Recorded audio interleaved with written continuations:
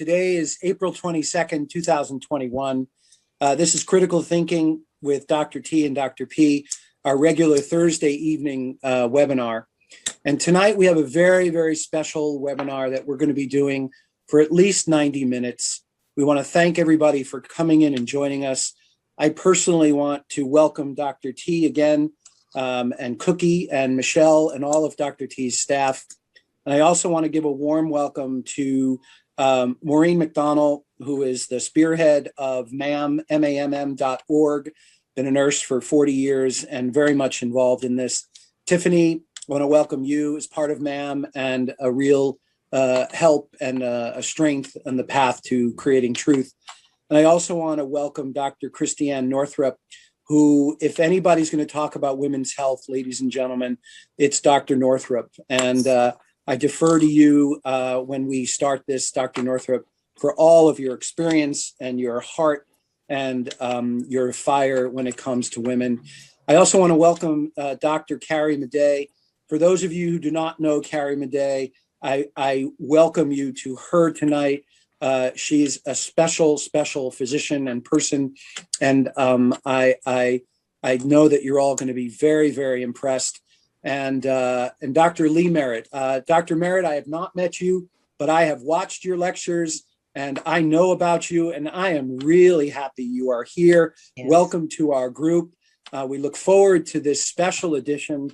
As many of you know, Dr. T and I have been doing this for a year, and we really feel very, very strongly about critically thinking and coming to the truth. We look forward to this discussion. I'm going to pass it over to Maureen, unless Dr. T wants to make any introductory comments. I'm going to pass it over to Maureen, who will help moderate tonight's beautiful discussion. I think the genie is out of the bottle, and I look forward to making sure it stays out of the bottle. Maureen? Okay, just the only thing I want to say is this is just to back up what Larry said. We've been doing this for a year now, every Thursday night at 7 p.m. Eastern Standard Time. And so when we started in our group chat, we set up a little group chat and started talking about all of these issues that we've been seeing, thousands and thousands of people, women and men, complaining about, unusual bleeding and issues with menstrual cycles, and they're in contact with people who've been given the shot. Not necessarily intimately, not like this as a spouse or a lover or anybody that they're actually living in, even in the same household, but they've been exposed to people.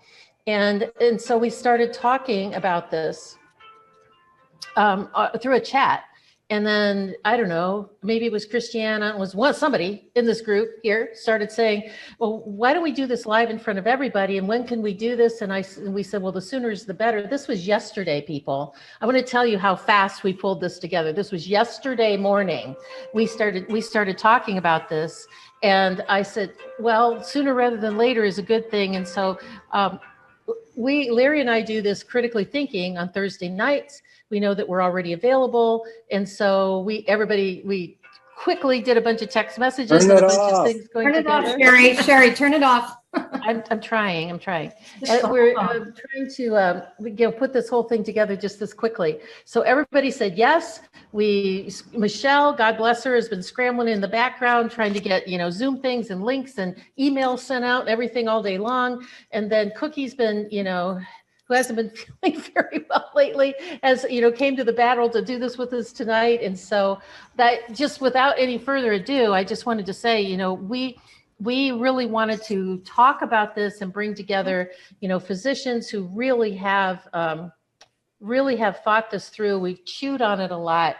And I just want to start, Maureen, even before you start with the whole panel, the first thing I want to say that I think is really important is, because I've been saying this for a while now in the interviews that I've been doing, that the three questions that have been coming up, and I think we'll address these three tonight and maybe some more, that I keep getting over and over again is, number one, the issue of shedding, number two, the issue of infertility, and number three, the question about the integrity of the blood supply. And I think that all of those will cover what we're going to talk about tonight. And I'll just start just briefly by saying that at the beginning, we started talking about this in this whole concept of shedding. I said, this isn't shedding, because we have always connected shedding with live viruses. Like if you've got the flu and you're coughing with something, or the polio vaccine, or the rubella vaccine, or chickenpox vaccines, because those are live virus things. Those are what we typically think about shedding.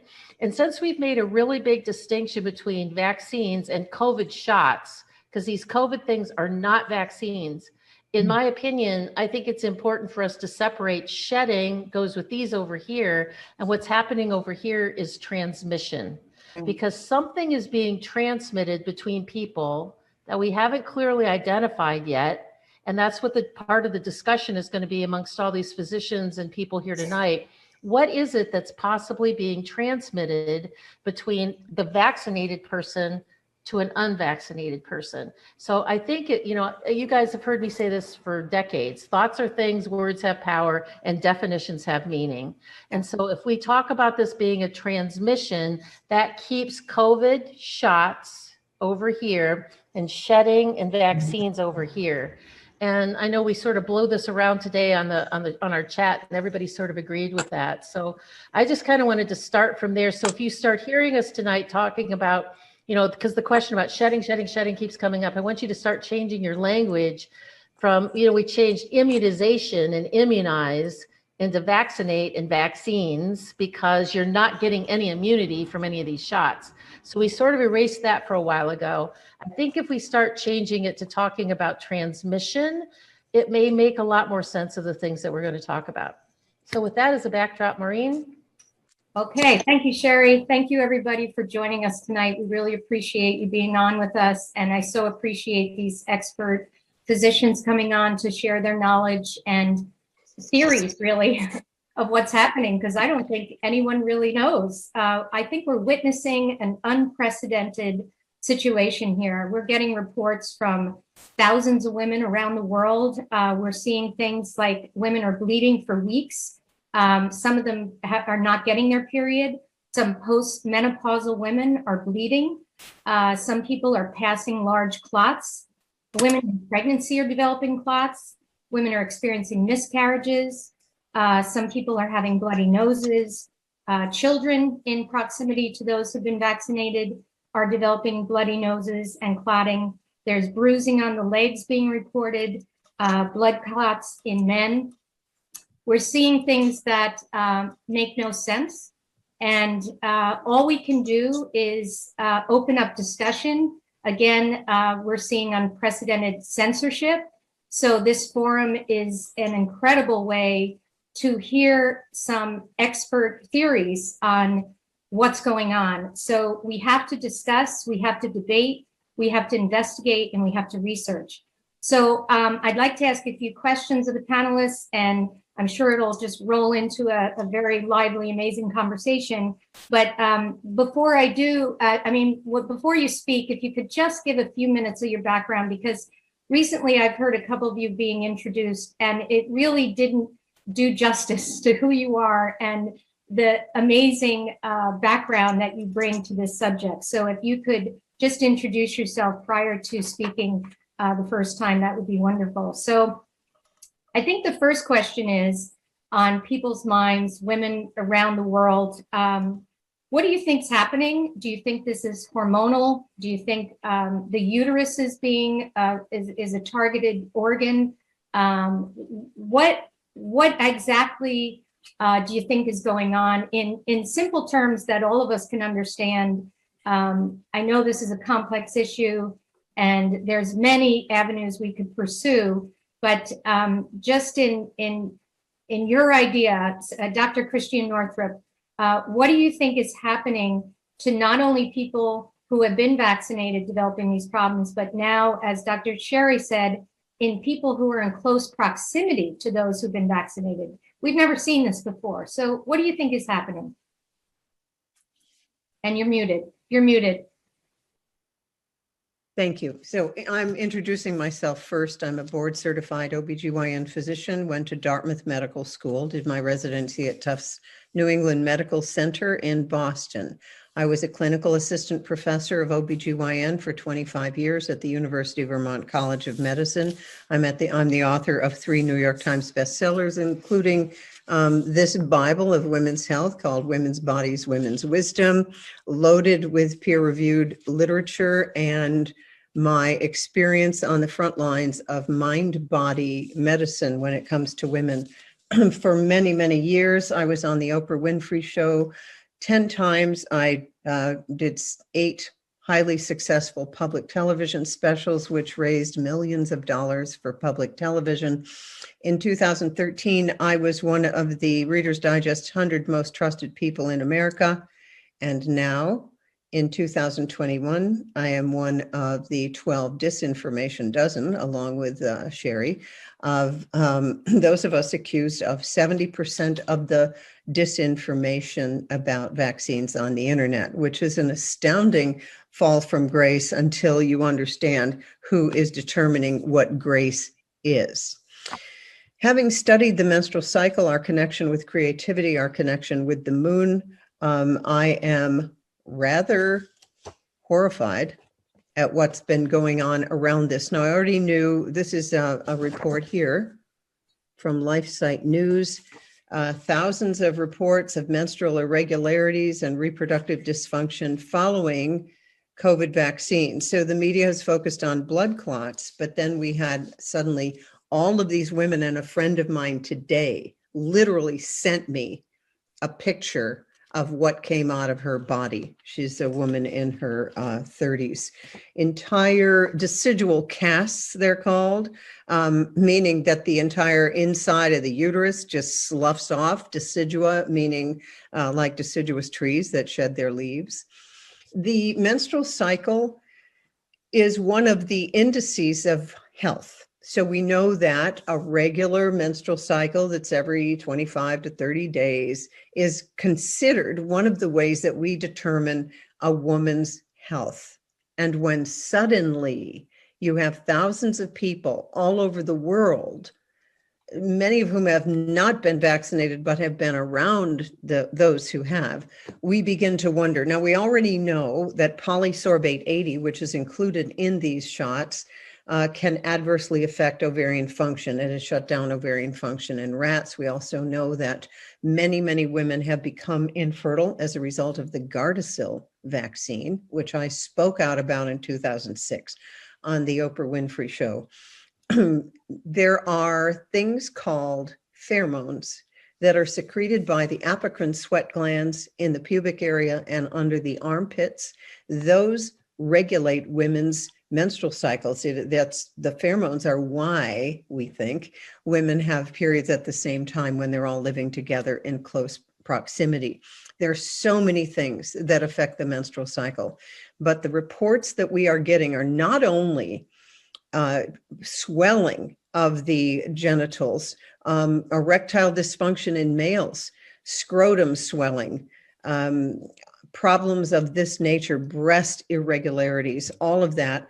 This is from the Yellow Card voluntary program in England, but we don't have any database right at this very moment, formal database for these abnormalities that are occurring when you're simply around someone who's had this shot. So my feeling on this is that there's some kind of a bioweapon that the body is now secreting, transmitting, as it were, as you said, Sherry, from somebody who's had the shot. Because here's what we know.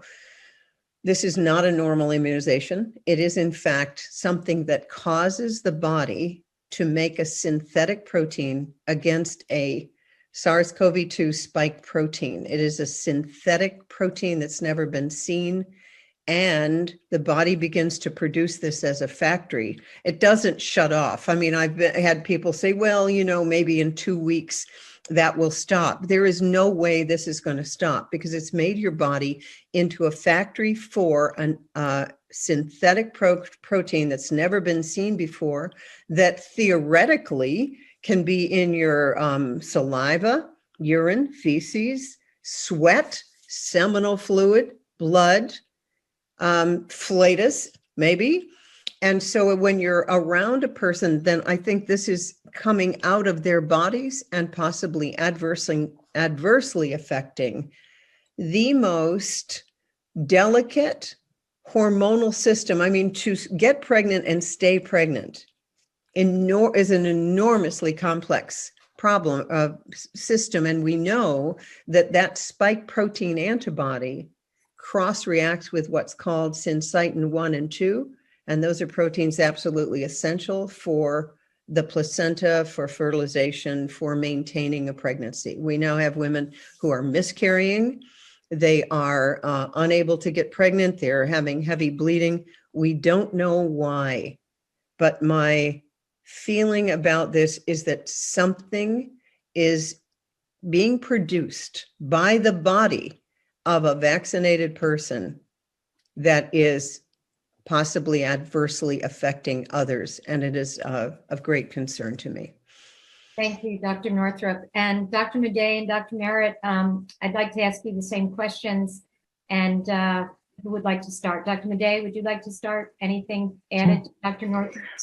I'm Dr. Carrie Madej. I'm an internal medicine physician and an osteopath as well, practicing for the last 20 years, medical director, teaching medical students and attending different meetings where the agenda for humanity was discussed. So I speak out about those things. Let's see, I have some opinions here. So I absolutely believe, just like Dr. Northrup does, that something is happening with these people that are getting these injections. I have a slightly different feeling about it because at least with the Moderna and the Pfizer vaccines, one of the key components is the nanolipid particles, which are brand new technology on humanity. They're using a nanotechnology, which is pretty much little tiny computer bits. They actually can be nanobots, or another word is hydrogel. There's all different kinds of terms and names for the very same structure, but inside of those two vaccines is this sci-fi kind of substance. So that has concerned me from the very beginning because that substance can do many different things. In this particular instance, what the drug manufacturers are telling us, they're saying they're using that substance because the body is very intelligent. It knows when something is not from nature.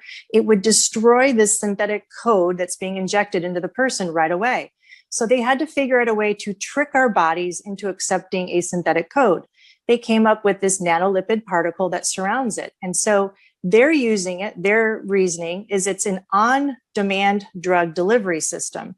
So it allows the body and it suppresses our immune checkpoints to get into the cell. Now, they've never said what happens after the drug is delivered, because we know this substance can last for many, many years, who knows how long in the body. And it serves many purposes. First of all, it's on demand. It can be triggered at any moment to deliver the payload. Number two, very importantly, it can be used for biosensors in the body. Because it is something synthetic, it actually has the ability to accumulate data from your body, like your breathing, your respirations, thoughts, emotions, all kinds of things. So it has been proposed to use this substance for that. Why am I bringing this up? Well, this substance actually, because it's like little bits of computers in your body. It's crazy, but it's true. It can do that. It obviously has the ability to act through Wi-Fi. It can transmit and receive energy or messages or frequencies or impulses. That issue has never been addressed by these companies. Well, what does that do to the human, right? This is the first time they've done it large scale. We know it happens to small groups of military people. They've studied that. But just imagine you're getting this new substance in you, and it can react to things all around you, the 5G, your smart device, your phones. What's happening with that? What if something's triggering it too, like an impulse, a frequency? We have something completely foreign in the human body that has never been launched large scale. And happened at this time, right? We are now seeing more 5G cell towers going in. The school systems, the cruises, the hospitals, et cetera, are putting more and more of this EMF frequency out. And so I believe, my personal belief is that there's something to do with the EMF, the frequency that's being emitted. Because if these people have this inside of them, wow, this can act like an antenna and actually transmit it outwardly as well. So it's a theory of mine, but if you look up the research on this substance, which you'll usually find under hydrogel, it produces its own voltage, which is an EMF, many times more. So we know it will produce that kind of effect. The other thing I want to mention is that I learned by patterns. And I noticed a pattern since coming back to Georgia in January. And some of the patients I've seen, I saw a new pattern. And after a long series of deductive reasoning, I actually came up with why were they not successfully healing from XYZ. Even in male patients that I have, it was radiation or at least EMF toxicity. And sure enough, we were measuring all of our phones, and I was floored with the EMF that was coming off. It was over the range. It could not even be calculated with a number, just by a couple clicks on our phones. This is much more than when I measured last year. This was unbelievable. It was coming from all of our phones. And imagine that amount, because if you look at what EMF does to a human, so they've done studies of just a man putting a laptop on his lap, and after 15 minutes, his sperm count will decrease by 50%. How they did that study, I don't know, but that was the result of it.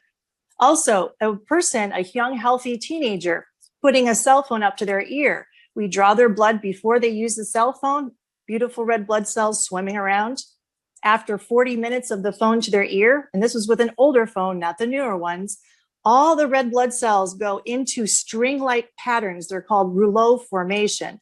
These strings are so long and sticky, of course, they make it prone to clotting and blood problems, right? If this goes on for a matter of time. So this just being around this kind of abnormal frequency, which is not conducive to a human body, is destructive in many ways. We know that one of the first things affected will be the red blood cells. They're very sensitive to that. So what I've been seeing, at least in the greater Atlanta area, is that there's definitely something to do with radiation or EMF toxicity that has definitely gone up in the recent times. And I am concerned about what is happening inside these vaccines that has to do with that frequency as well. Well, okay, we are going to ask Dr. Merritt, and we are going to find some positive things in this insanity. We're going to have to get to the place where we can arm people with something they can do to protect themselves. And I know that's all going to be theoretical also. At the But- end, Maureen, Excuse me? we'll wrap up with what we can do. That's right. about all of We'll this. wrap up with the good stuff. So, Dr. Merritt, tell us your ideas on all of this. Oh, you're muted. There you go. There we go. Now am I good? Perfect. I'm actually an orthopedic surgeon. I did my medical school at University of Rochester, New York, and I did a spine fellowship there. So I'm really, this is way out of I didn't expect to be in this fight. I trained in the Navy, and I served on the Navy Research Advisory Committee, where we looked at defense strategies for the Navy, technology actually. And by law, they have to have a physician on it. And I guess it's made me a little bit skeptical about lots of things. But when I look at this, I do think the point about the bioweapon is pertinent, and there's a lot to be said about that. That takes about an hour. But the point I was thinking when we were talking about this earlier, about what people were seeing, we're not just seeing bleeding problems. We're also seeing, I've had these two stories that didn't involve, menses or blood. They involved a woman who was a hairdresser, and everybody in her salon got vaccinated except her. And she kept getting sick for about 2 weeks after everybody else got vaccinated.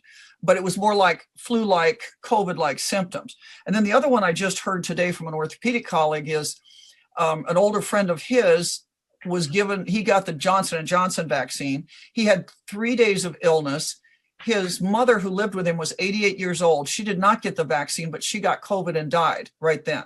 So this brought up to me, I started thinking about mode of acquisition, because when I first heard the thing about the people are asking about well, you mentioned shedding.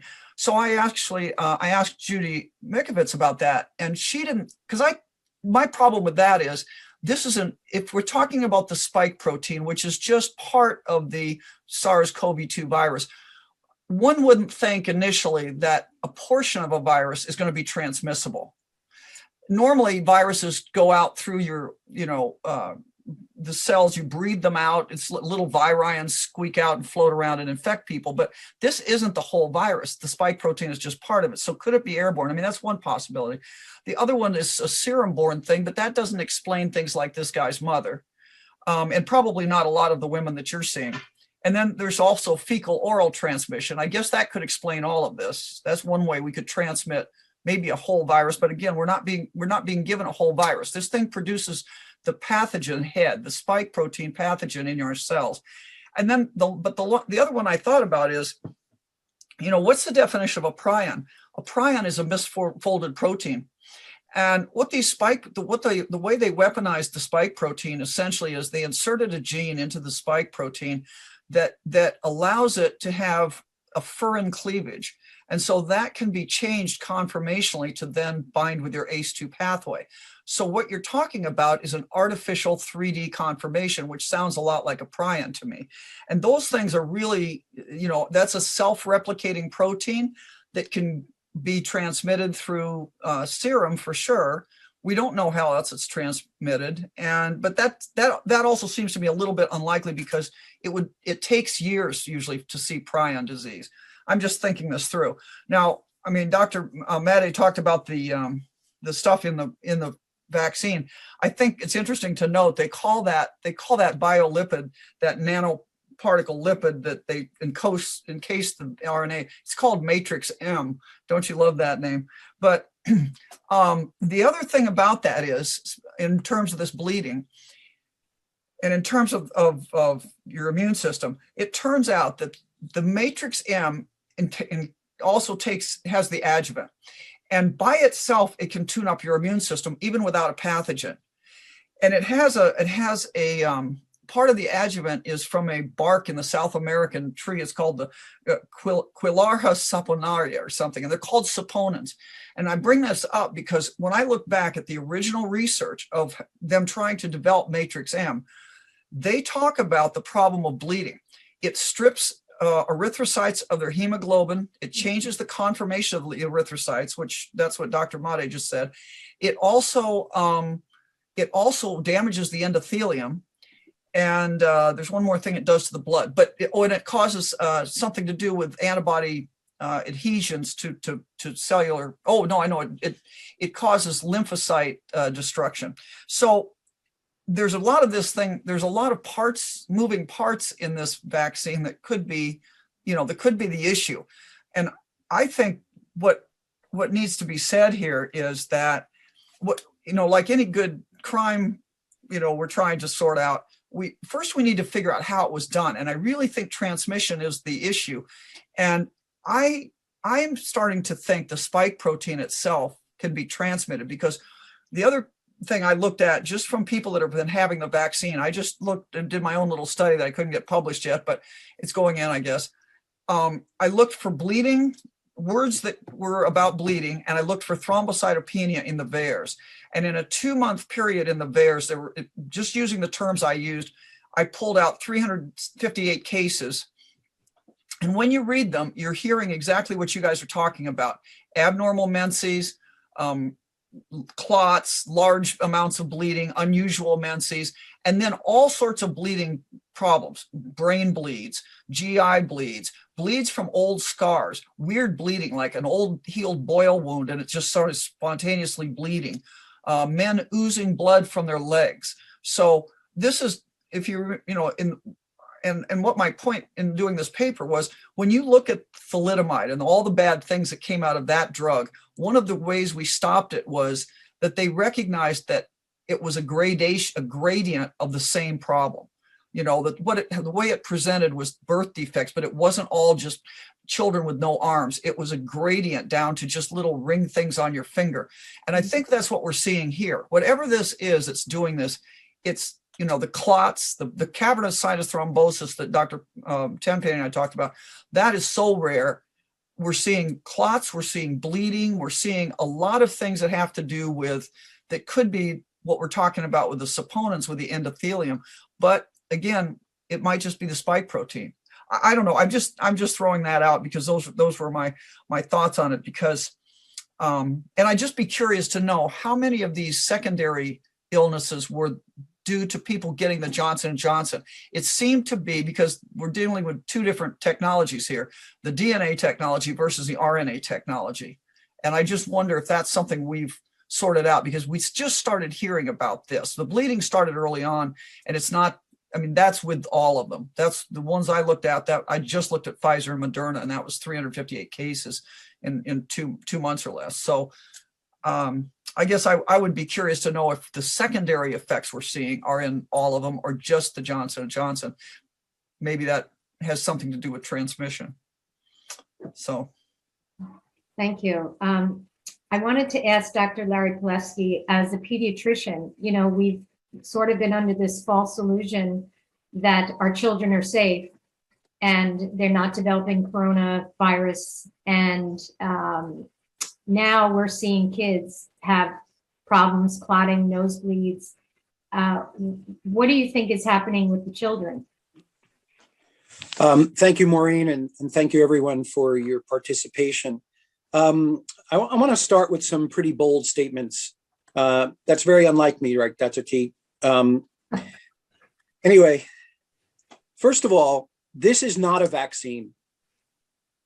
This is not a vaccine. This is not a vaccine. A vaccine is supposed. Saying that. Thank you. Okay. Yeah.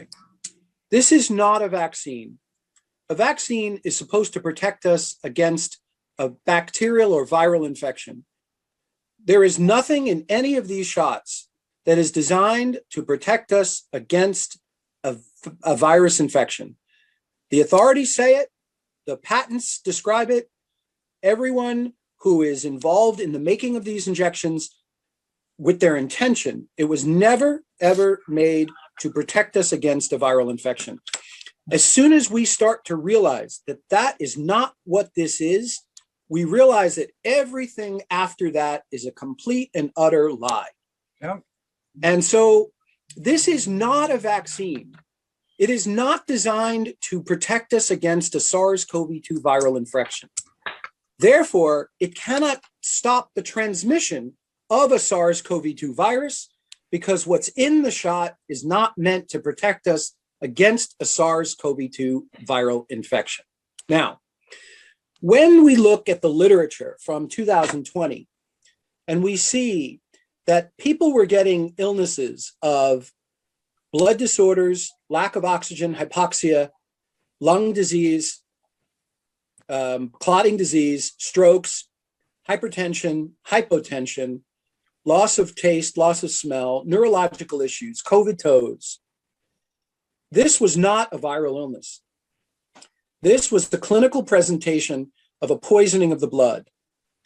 And all of the literature shows that the spike protein of this so-called virus was responsible for causing all of these symptoms: the brain problems, the neurological problems, heart disease, clotting factors, loss of oxygen, loss of taste, loss of smell, hypertension, hypotension. This spike protein was responsible for causing the disease that we saw. Ladies and gentlemen, this spike protein is not a naturally occurring thing. It is a man-made weapon. It is not a virus. This is part of, maybe attached to a virus and attached to who knows what else, that started the ball rolling with people getting sick. This was never an influenza-like disease. It was never a flu-like illness. It was straight up a poisoning of the blood. This spike protein could attach to receptors all over the body: the brain, the heart, the lungs, the kidneys, the intestines, the sperm, and the female reproductive system. So they found in the naturally occurring COVID set of symptoms This spike protein was responsible for what made people sick. So why in God's name are we okay with injecting something into the body that's going to cause all of us to make spike protein? The very part of the so-called weapon that was creating the illness and the group of symptoms in the first place. This is not a vaccine. Now, if your body is being given the genetic material to make a synthetic spike protein, we have absolutely no idea what the body does when the genetic instructions get into the cells and start making spike protein. In fact, in our Critically Thinking with Dr. T and Dr. P, Dr. Tenpenny has specifically found the possibility that there are other pieces of mRNA that may be in some of these shots. So when people say, is something shedding? We really don't have any idea what's in this thing or these things. We think it's spike protein, but we generally have no idea. But if we go on the fact that spike protein is being manufactured in the factory by the cells of the human body, and that we know that maybe if our own messenger RNA was in our cells, we would turn it off ourselves. But we have no experience using an injected synthetic messenger RNA genetic instructions as to whether or not our bodies are going to turn that on or turn it off as we start the factory of making the spike protein. And so there is no evidence, zero evidence, no scientific studies as to whether or not that spike protein turns on and stays on or ever turns off. And we have no evidence if that body who's getting injected is making the spike protein, is exhaling it in particles through the lungs, spitting it out through saliva, urinating it out through urine, sweating it out through skin, or putting it out through gas or stool. We have no idea.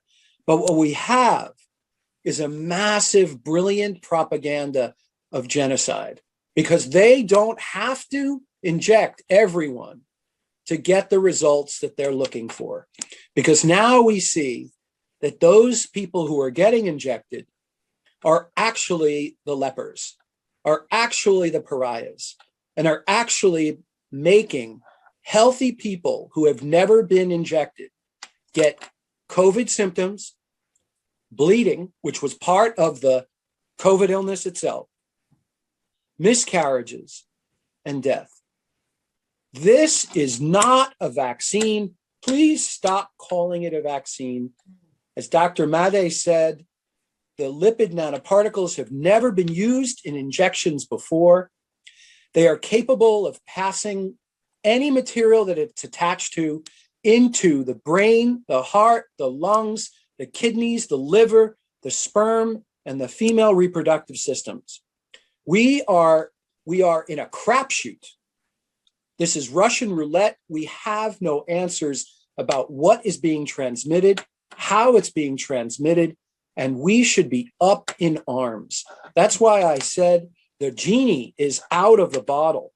Women, as the only guy on this panel, and working with mothers most of my life, women are more in touch with what's going on with their bodies than anybody else.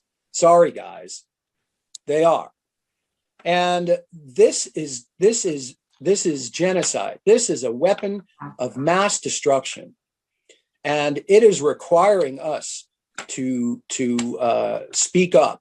There is a prominent pediatrician in this country who has called me out and actually denied that there is any shedding in this injection. Ladies and gentlemen, that is conjecture only. There is something being passed from people who are shot up with this poison to others who have not gotten the shot.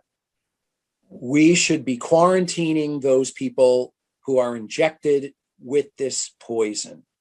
And the children who were not part of the initial round of spike protein poisoning probably because, and I don't know this for sure, their ACE2 receptors were probably not as prominent and not as ubiquitous to have been attaching to this spike protein. So their sense of illness was actually minor, all for a condition of weaponization that had greater than a 99.7% recovery rate in the majority of the public, and in a condition where we had drugs, nutritional interventions, medical interventions, ozone, hyperbarics, iodine, hydrogen peroxide, Chinese medicine, homeopathy, inhaled steroids, and other interventions that not only prevented this illness from happening, but treated people who were sick and actually prevented death in large populations where doctors were able to get to their patients and treat them and prevent them in time. This is serious.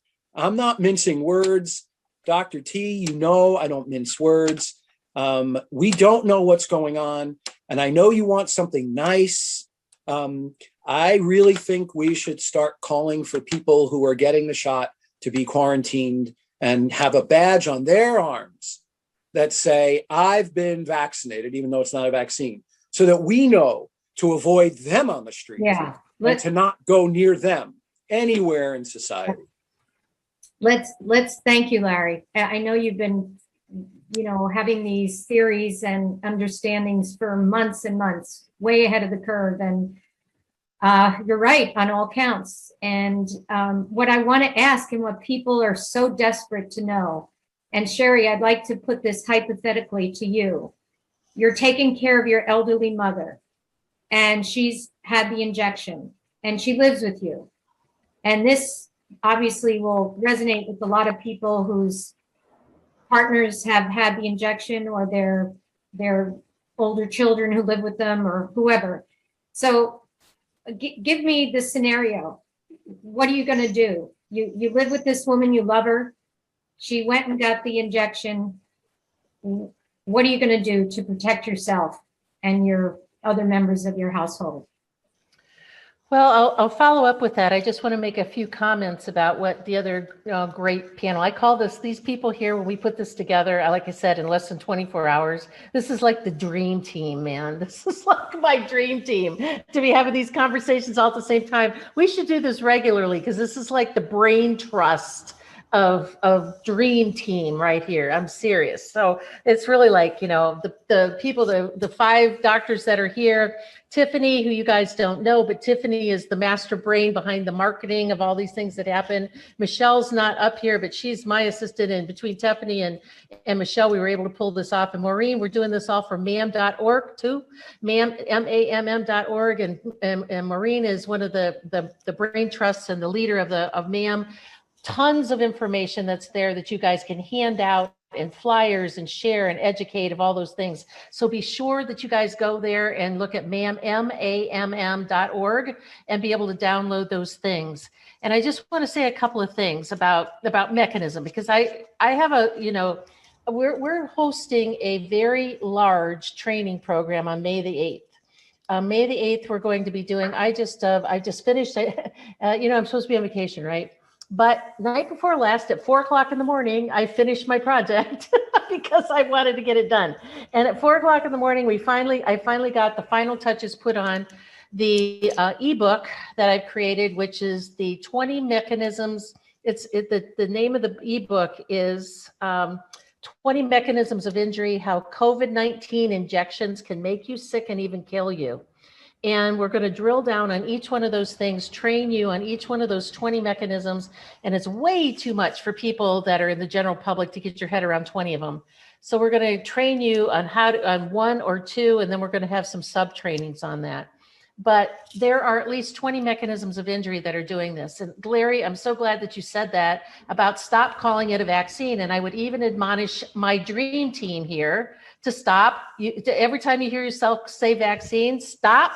Roll it back and say, I meant injection. I meant shot. It's not a vaccine. Autocorrect, self-correct, because we're so used to it and it's such a habit. And I'm not saying, I'm just encouraging you to self-correct, and because I do it. I mean, I hear myself say it occasionally. I go, oh, wait a minute, I didn't mean vaccine, I meant shot.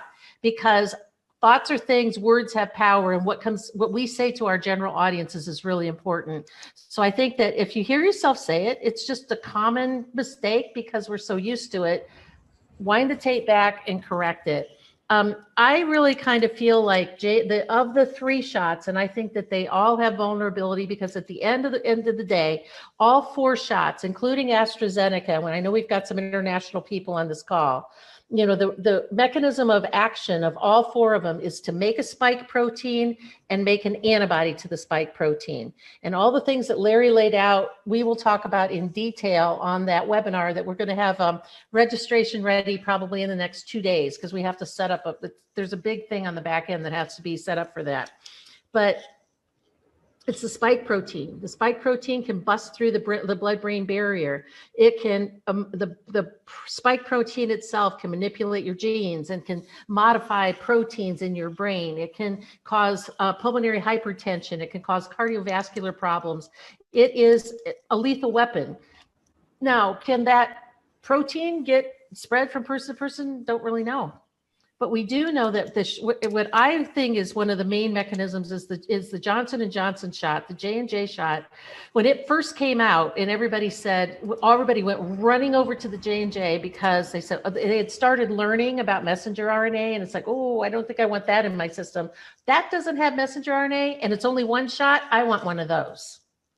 And I said from the beginning, this one is the worst of the 3 so far. And oh, by the way, I just checked earlier this evening, there are 89 other vaccines almost ready to go for this shot. So what are we going to do? Or is everybody going to be willing to do the next one in line? Because they're lining us up and getting us willing to roll up our sleeve for whatever they want to inject. And the J&J shot is an adenovirus shell that has genetic material called a transgene on the inside of it. 50 billion little particles of adenovirus gets injected into your arm. Adenovirus is a common cold virus. And so I suspect that part of the biggest shedding process is through J&J and that adenovirus that is pretty easy. What if it migrates into your lungs and you just are simply breathing and it's going out in different places? To me, that makes a pretty common sense transmission, not a shedding, a transmission of this thing that got injected into your arm. Now, do I have proof of that? No. But if you breathe in somebody else's adenovirus, it's got that little genetic material in it. You know, they're already looking at intranasal shots for these things, of how they're going to squirt it up your nose and get attached to your olfactory nerves in your nose and go directly into your brain and release that genetic material into your brain. They're already talking about that. So I want to just say that 2 things, and then I'll address what Maureen said as we're kind of winding down in our hour and a half here, is this. If all of you people listening to this, if you slip and hear yourself say, you know, something about the vaccine, say, wait a minute, stop, wait, it's not a vaccine, it's a shot, it's an injection of foreign matter, foreign genetic material. Autocorrect and start teaching the other people that are around you to autocorrect on that too. Because whenever you say the word vaccine, people think it's just like a flu shot. I can just go get that. It's just like a flu shot. So if we stop saying vaccine, and vaccines are over there and injections and shots, and the other thing is not about shedding, it's about transmission. And the transmission may even be that those spike proteins get activated by the 5G, like what Carrie was talking about. They resonate differently, and maybe that's what's shedding. And it carries with it some EMF type properties. We don't really know.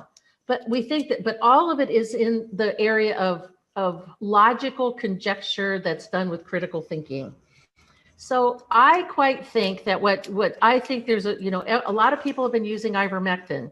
You know, I think ivermectin is like, I've said this many times and I mean it, that they should take fluoride out of the water and put ivermectin in. Everybody should be getting ivermectin. I mean, there's no side effects, there's no complications. It's been used for more than 60 years. And ivermectin and hydroxychloroquine work against viruses by 2 different mechanisms of action. Hydroxychloroquine binds to the sigma 1 and sigma 2 proteins, which aren't necessary for most of you guys to remember, but they bind to a certain protein where ivermectin blocks the spike protein, globs onto the spike protein in circulation, the spike protein on the virus, spike protein on other coronaviruses, and it also blocks the binding to the ACE receptors that are on the surface of all your cells. It also has some anti-inflammatory properties. So it works by two different things. I think that since we still don't know exactly yet what this shedding thing is, to me, it makes sense to be on both ivermectin and hydroxychloroquine, maybe in alternating weeks. You know, the way that we prescribe ivermectin in our office, it's dosed by weight, and it's close to somewhere around 10 milligrams per kilo. Don't quote me on that, but it's dosed by weight, and we give 1 pill a week. If you have a risk of every other week, and if you have a risk of high exposure, you're a healthcare practitioner, you're working in a nursing home, and they're giving everybody all these injections, we suggest that you take 1 pill every week. I believe that the hydroxychloroquine could be 400 milligrams 3 times a week, every other week. Again, both of these medications are super low risk, very low in the way of side effects and interactions. You know, hydroxychloroquine's been used for 70 years. I think ivermectin's used something like 60 years. And the presentation I just did for our big camp, it was something like billions and billions of doses, billions and billions of doses of these have already been given. And so to me, that makes sense. You can get those through the frontline doctors are prescribing for people all over the country. You can get, if you've got a holistic practitioner that will write the prescriptions for you. We write for it in our office, but only for people in the state of Ohio. So anybody that's listening to this, it's only for people in the state of Ohio, because that's the only license that we have is for the state of Ohio. We use several different compounding pharmacies that do this. A lot of people will say, what about ivermectin that I can get at the animal shop, that I can go get it for at my veterinarian store? Yes, that's ivermectin, but none of us as professionals and doctors can advocate for that. I mean, you just don't really know what's in it. You don't really know the dose. Let the buyer beware. If you choose to do that, you're on your own. I personally don't advocate that. I think that it's also really important, if you're going to get anything tested at all, what you need to get tested is a vitamin D level. You need to know what your vitamin D level is. And, you know, as Dr. Merritt said in lots of her presentations, that the Indonesians have worked out that if your vitamin D level is greater than 30, you have a less than a 4% chance of ending up in intensive care from COVID. And we think that the vitamin D level therapeutically should be somewhere between 80 and 100. So get your vitamin D level tested. I would say get a zinc level tested. It should be somewhere between 7 and 12. I think it's really important to take quercetin, which is a plant-based antioxidant, which drives the zinc into the cells and helps as an antioxidant. There are a long list of other types of things that you can do to protect yourself. And I think that with this whole transmission process, if there is something that's being airborne, which is kind of the most likely way that that's happening. I mean, other than fecal oral transmission, like what Larry said, if you go to the bathroom and you wipe in between, if you're in a public restroom, you know, just going and turning on the faucets, you can transmit in that direction while you're getting ready to wash your hands. It makes less sense to me that it's something that's transmitted in that direction. It makes more sense to me that it's something possibly airborne, like the adenovirus. Even the AstraZeneca shot is made from monkey adenoviruses, from chimpanzee adenoviruses. So that's an adenovirus also. So those make sense to me. Pfizer and Moderna, all of them all make blood clots. Like what Dr. Merritt was saying, you know, she and I had we had a great interview the other day. And I'm going to put a plug in that's all up on my podcast now. We did a deep dive. Lee, in less than a week, we've already had over 10,000 views on that. It's just been great. It was a great podcast. And then the deep dive was even better. And so, but we talked about the fact that she's an orthopedic surgeon. She still works in hospitals. She's hung out. She's been in the military. She's hung out with neurosurgeons. And Larry and I have talked about this. I think I mentioned it to Carrie at one point in time. Have you ever seen in our combined clinical history of, you know, well over 100 years between us, a case of CFST, cerebral vein thrombosis? Has anybody ever seen it? And of us ever have. We said if somebody said something about it, it was sort of like, wow, that was really a rare and unusual thing. It's not common. And now within 4 months, we've got almost 250 reported cases, and it's full court press ahead. Let's make this mandatory to keep your job, to get on an airplane and all this other stuff. So I think that the main things the last thing I want to add of what you can do, I think is important, that if this ends up to be some sort of an airborne transmission, my backdrop would also say, also use some colloidal silver and use it respectfully. You know, I think that people that take colloidal silver every single day, remember colloidal silver kills the good guys and the bad guys and the good guys. So you're going to be messing with your microbiome, but you know, to put a little liquid colloidal silver and sniff it up your nose, and you know, to kind of get, you know, clean out those particles, maybe put a little in your mouth, swish and spit, you know, whatever's on your hands, maybe colloidal silver, I don't know. There aren't any magic bullets for this. And Maureen, there's not a lot of, you know, foo-foo good stuff that we can say about all of this, other than you got to do whatever it takes to just keep your immune system healthy. Remember, health is an inside out phenomenon. We swim in stuff all the time. Yeah. The difference is that the stuff we're swimming in now is not natural stuff. It's bioweapon stuff. And it's been released upon the whole planet. And that is a little bit frightening. It's very frightening. And I want to go around the panel one more time quickly to just, before we get to a call to action, which we have to end this with a call to action. But I want to, before we get last comments from everyone, I'd like to, Dr. Christine Northrup, who I listen to every night, your podcast.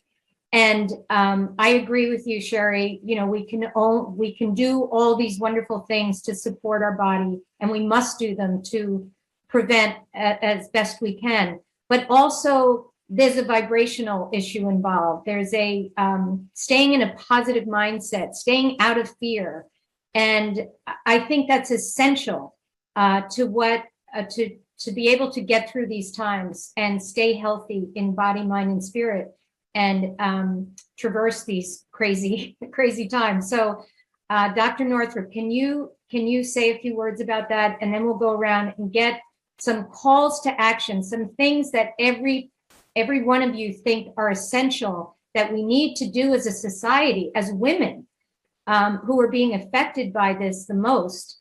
What can we do to, I mean, I'm Irish, 100% Irish. I want to rise up. I want to resist. I want to form an army of people who know what's really going on and just put a stop to this madness. As Carrie said today when we were talking briefly, let's get a moratorium on giving these injections. I mean, we can do that. If there's 1,000 people here listening tonight, Dr. Larry and I did a small little video the other day. There's over 400,000 views. People are so anxious to get this information and to do something about it.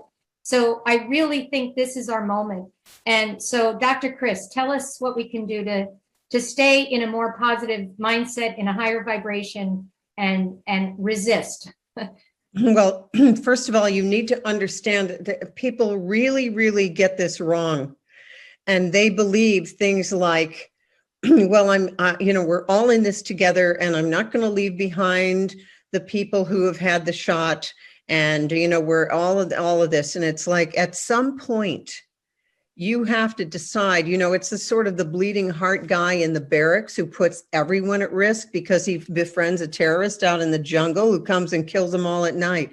So I think that we need to be very clear about doing what we can to take care of ourselves. I was on the Lazarus Initiative yesterday with Sasha Stone, and he had on David Sarita. David is in Canada, and he works with 432 hertz. He works with tones. And when we actually sing these whole tones, each of which relates to a chakra, that can change our DNA. So it's very, very important that we be around the right kind of music, the right kind of people. And I was just getting the protocol of Gene Decode, who has a protocol for Morgellons syndrome, which is where those artificial fibers come out of your body. There's a lot on that. And he suggested something really interesting, and it's this. You take a bath in 0.5 milliliter of organic soap like organic laundry soap, and alfalfa pellets or hay that you buy at the pet store from hamsters. He said, you lie down in this hot bath, including that you eventually immerse your head. And he said, if you have a black light, and I talked to Carrie about this, if you have a black light, you can literally see the hydrogel, the nanobots, the AI little fibers come out of your body and go to the alfalfa. I don't have a black light, so I don't know if this is true. Then he says you take a bath, then you take a shower with Dr. Bronner's peppermint soap. Soap off twice to universal antidote. Then with gloves on, you take all of that stuff out of your bathtub, wrap it up, peel the gloves off, put them in the bag so that it doesn't get back into you. So I think that that's something we can do. And also we have to remember that even these AI particles thrive on negativity. They thrive on fear. They thrive on anger. We need to bring in, this is a war between good and evil as I see it. We need to bring in our Christed light power, like literally bring in Archangel Michael and his cobalt blue sword of light. You bring in the Christed energy, you bring in the Sophia Mother Earth from the ground up. For whatever reason, I just don't have any fear about this. I feel, Maureen, this is our moment. This is our moment, because if this does not scare the pants off people, I don't know what will. I don't know what will. It seems to me any 16-year-old, 17-year-old would want to be able to have the ability to have a baby someday. And our fertility as a human race is under attack here, and we need to stop it. And you do that not by getting into doom and gloom. You do it by getting into inspired action, not action that's all over the place. Oh my God, the sky's, no, you do what we did here. We all got together. We came together. We're getting this out. Just like at the airport, Tiffany and I had a discussion. What do you think this is about? Getting the word out beyond the censors. I'd also really like to have a database of all of these people who have not had this shot, but are adversely affected, and start collecting a database. And I have someone who's able to do that kind of thing. Thank you so much. Dr. Larry, give us a short synopsis, closing statement. What are the action steps we can take at this insane time? Okay, thank you, Maureen. And thank you, Dr. Chris and Dr. Tenpenny, for your last remarks. One of the things that is, I think, very important in our time is for people who have not gotten the shot to get together in person. One of the reasons for the lockdown is to prevent people from congregating and amassing enough of a strength and a rebellion to fight back. One of the reasons for the masks is the same, to keep people apart. And so I think that we, and this is already starting to happen. Stand for Health Freedom is helping to amass people. Make Americans Free Again.com also helping to get people together. There are Doctors for World Ethics that are helping to work together, World Doctors Alliance. We need to get people together. People need to start mobilizing and seeing the support that we can give each other, and the support and the strength that we all have from ourselves and when we're together. I think, and I'm going to say something gloom and doom, but I don't think it's gloom and doom, Maureen. I think our leaders are not our leaders. We have lost our government. We are not being governed. We are being ruled. We do not have government. We have rule-mint. We have lost our courts. We have lost our Congress. We have lost our media. We have lost our medical institutions. We have lost the people who are supposed to be helping to protect us. We need to stop asking those people to protect us. And we need to take the protection on our own shoulders. And that requires us to turn to where the power really is. And that's in our own inner authority. And that's amongst those of us who are awake, who want to be awake, who are trying to be awake, and who need to go on with our lives.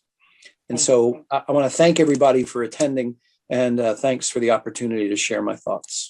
Thanks, Dr. Larry. And Dr. Madej, can you give us your final thoughts? How can we empower each other this time? I agree with Larry in that we should get together minimum once a week in person. And here with UI Media, Tim Ray and I, we've been encouraging local people here to start their own groups locally. We call it freedommeetup.org. You can look that up, and we help you start the group. And you don't even have to know what you're doing. The point is to get people who just want freedom there, and you don't discuss politics or anything, but because it doesn't matter anymore. You're there to defend and support each other. And we help with educational sources, et cetera. But the point is to physically get together once a week. That is so powerful, I promise you. That physical connection is amazing. And plus, there's an energy that is synergistic when you get together. Because again, you know, your heart goes out minimum 6 feet from your body with its love frequency, okay, which is the highest frequency out there. When you bring people together, there's a synergy. It's exponential. And just being together is amazing. So please just spend 2 hours of the week doing that, and you make a huge difference. And then that spreads because people, you know, they need to follow others, right? And I'm happy to help. If you want to start something local, we can do a Zoom. Anyway, freedommeetup.org, and hugging and praying and kissing and cooking together and finding joy in music and dancing and singing. And that brings that energy up, because that is the key to this. This is a frequency war we're under. This is a battle between good and evil. This is what we've read about in the book of Revelation. It's here, but don't be afraid, because we're the ones with the power. We've just been manipulated and lied to about reality, lied to about who we are and what we came from and what we are capable of. So don't let the fear and that panic get to you. And let me tell you that there's no bioweapon I've ever seen, and believe me, this is not the first time they've launched them, that is that strong, because we are amazing beings. We're spiritual beings as well. We always learn how to adapt and overcome. And this is no different, I promise you. But if you let yourself get into that fear and panic and that low frequency, yes, it will affect you. So it's definitely a hard war because it's in our minds, and we have to be strong enough to realize that. And Larry's right, Dr. Larry's right. You cannot depend on any one magic person to come here. The governments are gone as we know them, because under the Emergency Act, they do not exist. The executive branch answers to FEMA in our country. They are just figureheads. It doesn't matter who is in power there. It doesn't matter. So get that out of your head. And our medicine, unfortunately and sadly, took a very dark turn, particularly in the last few years, last 5 to 10 years. So do not expect them as a group to come up with a magic cure either. But that's okay, because the power still comes within us. And this is a time that you come back and you reach and you find that love and that energy and that brilliance, and that light is going to shine from us. I promise you, we are not alone. We have our creator God, we have Yeshua, Jesus Christ. That's my personal belief. But I mean, just know that there's a higher power than us that connects all of us. And don't let them fool you and disconnect you. So I just promise you, just start meeting every week, and that's the key. And do bentonite clay baths. They're amazing for heavy metals and radiation and that kind of thing as well. You're right about those meetings. We have a meeting here every single week. It is a game changer. Yeah, I agree. We have a local farmers market started by someone who's going to be the next constitutional sheriff. I recommend highly you go meet with your sheriff. You talk to him. Sherry, you turned me on to this many months ago, and they're just there to defend the Constitution and defend you. And this market, everybody's running around hugging. The children are playing like children should be playing, and we're all buying organic produce, and there's music playing. And it's like, I felt like I died and went to heaven. It was fabulous. That's the way life should be. So yes, we're all working nationally. We're all working globally, but we have to also find time for laughter and fun and hugs and potlucks and just great times together, because that's what's going to keep us really healthy and strong too. So Dr. Lee, our parting words. And you're on mute there. You're muted. You're There. muted. You're Nope. muted. And one last thing that Automatic, it must auto mute me. I don't know. Maroon, Maureen, before we all go, I want everybody to look at the camera and smile so we can take like a good picture of everything that's happening here. So we've got it in our thing, okay? Can we do that? And then we'll Right do now. that, and then we'll let Dr. Merritt close out. So everybody look at the camera and smile. Come on, smile. Oh, wait a minute. How did that happen? One more time. One more time. And for whatever reason, this thing won't go away. So let me try this one more time. All right, ready? 1, 2, 3. Good. Lee, hit it. Hit it out of the park. What I was saying is I agree with all the necessary higher power, but I'm going to say this is kind of under the category of praise the Lord and pass the ammunition. You know, I think there's a small number of people in the world that are running this show. I want to call it a kind of show, but anyway. And just like we've seen this before, a small number of people at the top are pulling the strings and organizing and thinking about this. And I just want to quote something. This is from the policy for the new American century, written by U.S. defense insiders like Chertoff and Cheney and Wolfowitz and the usual suspects. And this is what they said. This is in 2000. Advanced forms of biologic warfare that can target specific genotypes may transform biological warfare from the realm of terror to a, quote, politically useful tool. That's their exact words. And I think people need to understand who would think bioweapons are a politically useful tool. And the answer are psychopaths. And you're not going to stop psychopaths with argument or good feelings. And at some point, we have to take down the industrial organization that is bringing it to us, or something. And, you know, in World War II, if we had known about the Schwerin ball bearing plant in Germany, that was a linchpin that if we'd taken it down, every German tank and car and plane would have ceased to move. But we didn't know that was the linchpin. It's interesting in this situation how badly they don't want us to know about treatment. They don't want us to know about hydroxychloroquine and ivermectin. And I think there's a reason here, because that is the linchpin. If we want to take away the fear of the PSYOP, you know, that Dr. Larry's talking about, if we want to take that fear away, I think we have to have a systematic way. We have to make sure we can somehow protect people's ability to get those medications and somehow get them out of the PSYOP. If that is a key figure point here. Yes, it's take off the masks. That's a control thing. And I just think, because we can't individually, I can protect myself and my family and my household to a degree. But if they kill off, 150 million Americans, there's nothing stopping China or anybody that wants to come over and take out the rest of us. We really this is a national security issue that we need to consider. And so we have to get other people, we have to wake up the sheeple. When we have to make them realize they're coming for your children. And one of the things we need to do, I think, is people need to, and especially doctors, but people need to be self-examined and realize, if they realize that they're coming after our children, are you working for a pharmaceutical company? Are you working in an industry that's helping to bring this to us? Are you working for the bioweapons lab at St. Jude's Hospital? Are you involved in this stuff? Because if you are, you're not going to survive this. They never spare the people, the capos. Okay. Just keep that in mind. People need to keep that in mind. And I think that we have to, this is going to be, I hope doesn't come to this, but I think it's going to be a fight. And stopping the immunization, step one, making people not vulnerable to the next round of, let's say, MERS, the Middle Eastern respiratory, which is more fatal than this one. This one was just a PSYOP, but the next one might not be. And keep in mind, they have the other thing that somebody needs to do is to look if we can treat things like smallpox with these new treatments. Smallpox is 60% fatal, and we know it's in the labs. So that's just my practical points.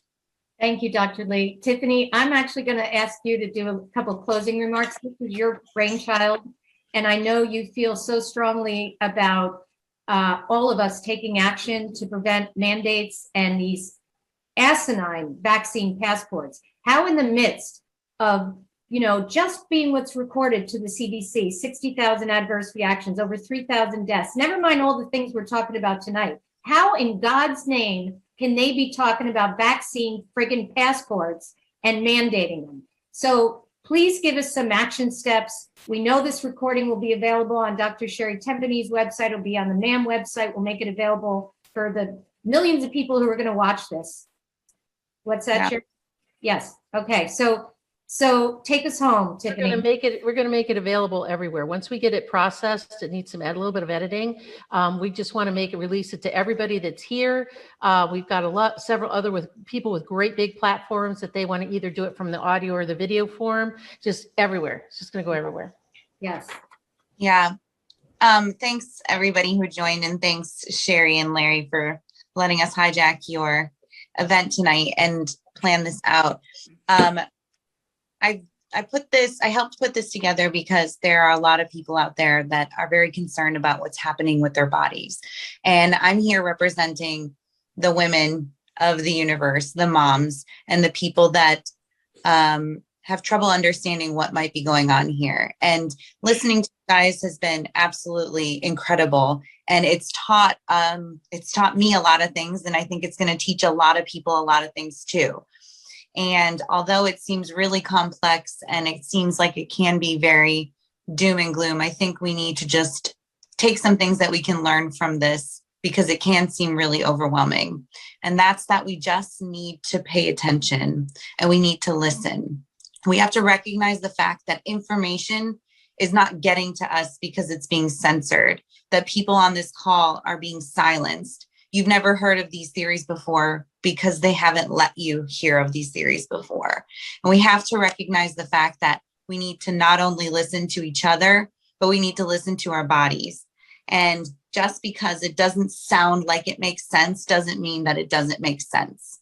And so I encourage everybody that, as crazy or outlandish as some of these ideas may sound, look into them, because they're coming from a very, very deep place of tons of research, incredibly brilliant people. They're not coming out of nowhere. So don't be afraid. Take this as an opportunity to learn and start researching. And if you need resources for that, at the MAM website, any of the websites of any of the people on the call here today. There is something happening with women, and there is something happening with other people who have not gotten any of these shots. And you can see some of the testimonials that I've been receiving and that people on our social media sites have been receiving at covidvaccinereactions.com. They're collecting them. We're going to continue to collect them. I think at the end of the day, we need to make sure that we're paying attention, that we're communicating, that we're staying together, and that we're staying positive, because this is going to be something that we're going to have to fight. And it starts with the vaccine passport. I know that's in mainstream news. There's going to be a lot of campaigns coming out about that. At the end of the day, you need to understand that you have to take responsibility for your health. And when the government or anyone removes that ability from you, then you don't have your body anymore. And so regardless of what's causing this, how, at the end of the day, you need to maintain control of your own body and of your children's body. And you need to make sure that everybody else has the opportunity to do the same. So at the end of this, if there's one takeaway that you have, it's that there's a lot we don't know, and there's a lot we need to learn, and there's a lot that can be happening, but we do have ownership of some things. We may not be able to control everything, but we can continue to fight to make sure that we still maintain control of the things that we can control. So pay attention to the legislation that's happening in your state. Make sure that you do not allow vaccine passports to happen in private companies, in government companies or agencies, anywhere. Make sure that there's always a choice and that we continue to maintain control over our own bodies. So watch that and do not let these vaccine passports happen, because if that happens, we'll be giving up a whole lot of ourselves, even more. Thank you, Tiffany. Thank you, everyone. They're messing with the wrong people. They're messing with women.